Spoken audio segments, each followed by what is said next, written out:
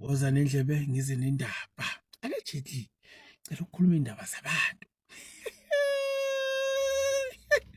Wewafethu thiwa ziyakhala ngapha kwagogo.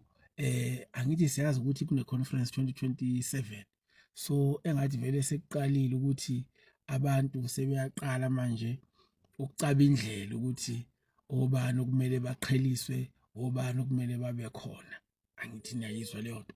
So kumanje bathi nje sebe right ngobaba wenkomo, bathi hayi sesigrand ngobaba wenkomo, bathi nje bayacela ubaba wenkomo ukuthi uma esehamba ahambe no Antumbawula, ngoba uAntumbawula ungomunye wabadlale irole enkulu ekuthini ngapha kwaGreen bashone phansi, bangawatholi amavoti abe kufanele ngabe bayawathola, baluza nama by elections nje ingenxa kababa wenkomo kanye noAntumbawula.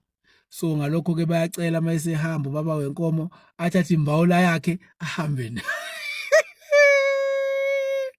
Hey, ekukhuluma kwaAntumbawula mina ngangitshela ukuthi ngendlela akakhuluma ngayo bayamthanda, bayajabula indlela akakhuluma ngayo. Bathi cha, lo asimfuni, usilethele izinkinga zodwa, ixazululo dololo elokho ekhuluma kakhulu la engathi ulwela thina beneda, kanti cha labantu laba behind closed doors bayazwana. Mase befika la ku public kuba ngathi banama public spends, kanti lutho behind closed doors bayazwana, bane deal, and that deal izoqhubeka for as long as ufikile imbawula elapha yana nobaba wenkomo.